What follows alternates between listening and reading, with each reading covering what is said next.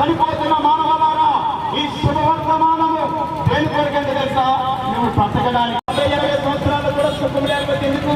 భర్త తాగిసొచ్చి వారి అక్రమ సంబంధం ఉండి పిల్లలు చెడుద్రోవలో ఉండి ఎందుకు ఈ జీవితం కష్టపడుతున్నాం తింటున్నాం? ఏ వ్యాపారంలో చదివామా? కానీ మనిషి ఆత్మహత్య చేసుకుంటున్నాడు. భార్య ఉడేస్తుంది, కోడలు ఉడేస్తుంది, పిల్లలు పలు పురుగుల మధ్య చనిపోయారని ఎన్ని వార్తలు వింటున్నాం. ఎందుకు తెలుసా? కారణం మనిషికి నెమ్మది లేదు, మనిషికి శాంతి లేదు, మనిషికి సుఖము లేదు.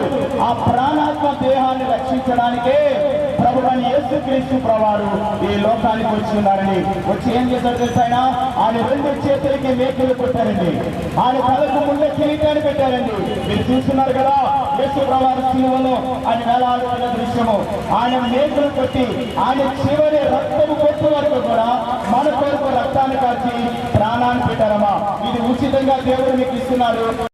నేను ఫలానా బాధతో ఉన్నాను, కష్టముతో ఉన్నాను, నాకు సహాయం చేయమని మీరు హృదయపూర్వకంగా ఈ రాత్రి ఈ సమయంలోనే ఇక్కడే మీరు తరల వంచి ప్రార్థన చేసినట్లయితే మీ హృదయమును నెమ్మది ఇవ్వడానికి దేవుడు ఇష్టపడుతున్నాడు. దేవుడి మాటలను దీవించి ఆశీర్వదించుగాక.